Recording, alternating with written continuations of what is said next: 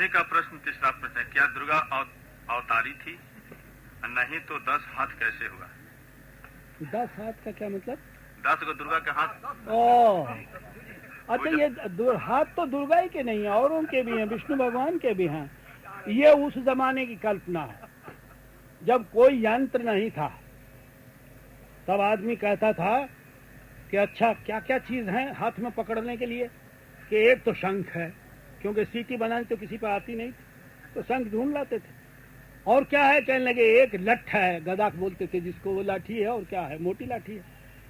अच्छा ठीक है। और एक क्या है, कहने लगे एक हाथ में ले रखा है वो कमल सूंघने के लिए। तो जो 4 चीज अच्छी लगी वो चारों रहनी चाहिए। अब ना उसके पास झोला है और ना इतनी अकल है कि संभाल के रख ले, कल के तो 4 हाथ होने चाहिए ताकि चारों चीज हो जाए। तो ये उस जमाने की कल्पना है, जब आदमी ये नहीं जानता था कि 1 लाख चीज भी एक आदमी संभाल सकता है और इस्तेमाल कर सकता है, तब ये हाथों की कल्पना की गई है। वो चाहे दुर्गा है या कोई और है। लेकिन एक बात दुर्गा के मामले में आप समझ लेना, टाइम क्या हुआ है भाई, है ना? अच्छा ठीक है। शुरू का जो देवता है आपके देश में इंपोर्टेड, आयातित है, यहाँ का लोकल नहीं है, वो शिव जी है। क्योंकि ये शिव की कल्पना जो है ये मिस्र में की गई आज से 9000 साल पहले। क्योंकि मिस्र में सबसे पहली खेती हुई है। वहां नील नदी में बाढ़ आती है तो तब सारी जमीन डूब जाती है, बाढ़ उतरती है तो पटेवा हो गया और पटवन हो गया और उसी में बो दिया जौ और फिर काट लिया, खेती होने लगी। बारिश वहां होती नहीं, बाढ़ ऊपर से आती है। तो सुविधा वहां थी उस जमाने में।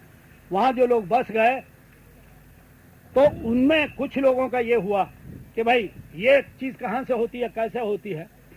कुछ लोगों ने जवाब दिए, जो बढ़िया जवाब दिए उन्हें लोगों ने कहा तुम खेती मत करो जी, हम तुमको ऐसे ही जौ दे देंगे, ऐसे ही गेहूं दे देंगे, तुम अकलमंद आदमी हो, बैठ जाओ। तो वो दुनिया में पहले पुरोहित हुए। अब उनसे पूछा गया कि ये सृष्टि कहां से आती है। तब उन्होंने कहा कि पिता है आसमान और माता है धरती, और जब ये दोनों प्यार करते हैं तो सृष्टि की रचना होती है। तो लोगों ने कहा अच्छा प्यार कैसे करते हैं? कहने लगे अपने मकान की छत पर खड़े होकर देख लो, दोनों एक दूसरे को चूम रहे हैं छितित पर। अब छितित पर तो आपको मिले वो दिखाई देते हैं ना, वो मिलता नहीं है। अब वहां जाइएगा तो वहां भी ऐसा ही दिखाई देगा जैसा यहाँ है, पर दूर से लगता है कि मिल रहे हैं धरती और आसमान। कल के देखो वो प्यार कर रहे हैं, इस वक्त वहां सृष्टि होने वाली है। वो सीधा साधा हिसाब बना दिया उन्होंने, उसका नाम रखा गया ओसिरिस। ओसिरिस, और वही ओसिरिस अपभ्रंश होकर शिव हुआ। तो अच्छा साहब, तो वो ओसिरिस सवारी काहे के करते हैं? कह बैल की, क्योंकि बैल ही सबसे बड़ी सवारी था उन दिनों में भाई, तो बैल की सवारी दे दी गई। तो जब ये अफ्रीका का एक टोली पहुंची वहां के हम भी बसेंगे, तब तक जमीन सब घिर चुकी थी। वहां रहे बेचारे कुछ दिन, तो शिव जी का तो इनको पता चल गया, वो सिर इसको तो जान गए, लेकिन जमीन मिली नहीं। तब वो वहां से चले। उनका एक कबीला तो अफगानिस्तान में है, उसकी अलग भाषा है, बिल्कुल है, वो भी मुसलमानी, कल्चर बिल्कुल अलग है। लेकिन वहां सर्दी बहुत पड़ती है, बड़ा हिस्सा यहाँ आ गया। उत्तर भारत भी सूट नहीं किया, वो दक्षिण भारत चले गए। जैसी जलवायु से आए थे वैसी जलवायु में पहुंच गए। और ये जितने द्रविड़ हैं हमारे दक्षिण के, ये सब के सब उसी कबीले की संतान है। शुरू में एक ही इनकी भाषा थी, एक ही संस्कृति थी। तो ये शिव को अपने साथ लाए।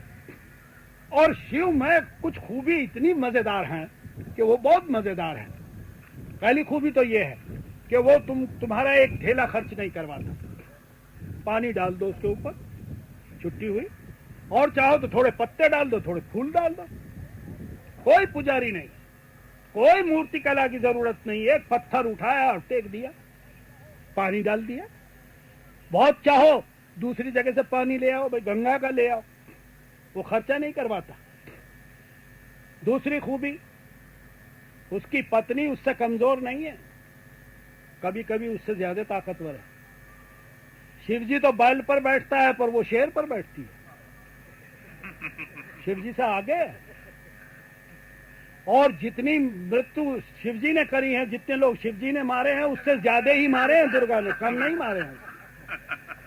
और कभी कभी तो इतनी बिगड़ती थी कि जब काबू में नहीं आई तो शिवजी को मजबूर होकर उसके सामने जाना पड़ा और उसने शिवजी को भी दे मारा। वो जो आप दुर्गा की मूर्त देखते हैं ना, जीभ निकली हुई, वो दे मारने के बाद जब मारने चली है तब देखा कि तेरा पति है भाई, तब जीभ निकली, खाए रे ये तो राण होने का ढंग हो गया था भाई। वो शिवजी से बहुत मजबूत है।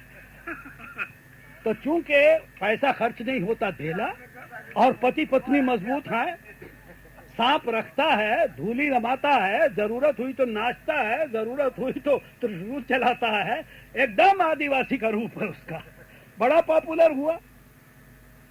और जब यहाँ वैदिक देवता सब पिट गए बौद्ध काल में, पूरे ऋग्वेद के अंदर कहीं शिव जी आपको नहीं मिलेगा, क्योंकि वो इनका देवता नहीं था। इनके जितने देवता थे वो सब पिट गए। और बाद में जब ब्राह्मणवाद आया सनातन धर्म के रूप में, तब इनको लगा कि घर घर शिव जी है, आमदनी उससे कुछ नहीं होती किसी की, लेकिन है। तो इन्होंने शिव जी को अपना लिया और शिवालय बनाने शुरू करे। दक्षिण का आदमी सृष्टि का कर्ता शिव जी को मानता है, लेकिन आर्यों ने उसको मौत का देवता बना दिया। वो करता नहीं रहा, सृष्टि की रचना करेगा ब्रह्मा, पालन करेगा विष्णु, मारने का काम शिव करेगा। एक तरह से शिव जी को पकड़कर इन्होंने अपने देवताओं को चालू किया। और शिव कितना वो पॉपुलर था, आपके यहाँ भी होता होगा। अब दुर्गा की मूर्ति चाहे जितनी बढ़िया बनाकर बंगाली कुछ भी करे, लेकिन उत्तर भारत में पूरे में हर घर में मिट्टी की दशहरे से बहुत पहले बनाते हैं। कहीं सांझी कहते हैं, कहीं झांझी कहते हैं, कहीं देवी कहते हैं, और अपनी दीवार पर चिपकाते हैं। और लड़कियां गीत गाकर पैसे मांगती हैं, आरती उतारते हैं। और जैसे दुर्गा की मूर्ति पानी में जाती है, ऐसे ही दशहरे के दिन वो भी पानी में जाती है।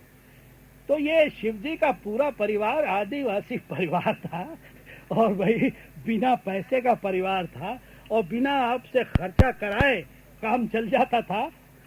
उसके बाद ब्राह्मणवाद ने उसको बहुत कोशिश करी कि इसको बैकग्राउंड में डालते चले जाए, और डाला भी। और आप अगर जानना चाहें तो जान लीजिए, कमलापति त्रिपाठी कान पकड़ गए थे एक बार।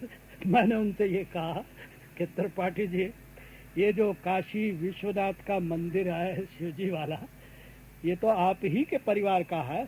तो तब तक वो समझ नहीं पाए कि मैं क्या कहूँगा। कहने लगे हाँ वो हमारे ही भाई हैं, जो उसके मुख्य पुजारी हैं, हमारे ही भाई हैं। हमने कहा सुना है कि आप लोग जो चढ़ावा आता है वो लड्डू वड्डू आपका परिवार नहीं खाता, उनसे काहे नहीं खाता भाई? तब वो चौकन्ने हुए। तुमसे किसी ने कहा? पूछ रहे हैं आपसे, अगर खाता है तो फिर ठीक है, हम चलेंगे, प्रसाद लेंगे और आप सबको खिलाएंगे। कहेंगे देखो भारती, ब्राह्मण के लिए शिव जी का प्रसाद जो है वो वर्जित है।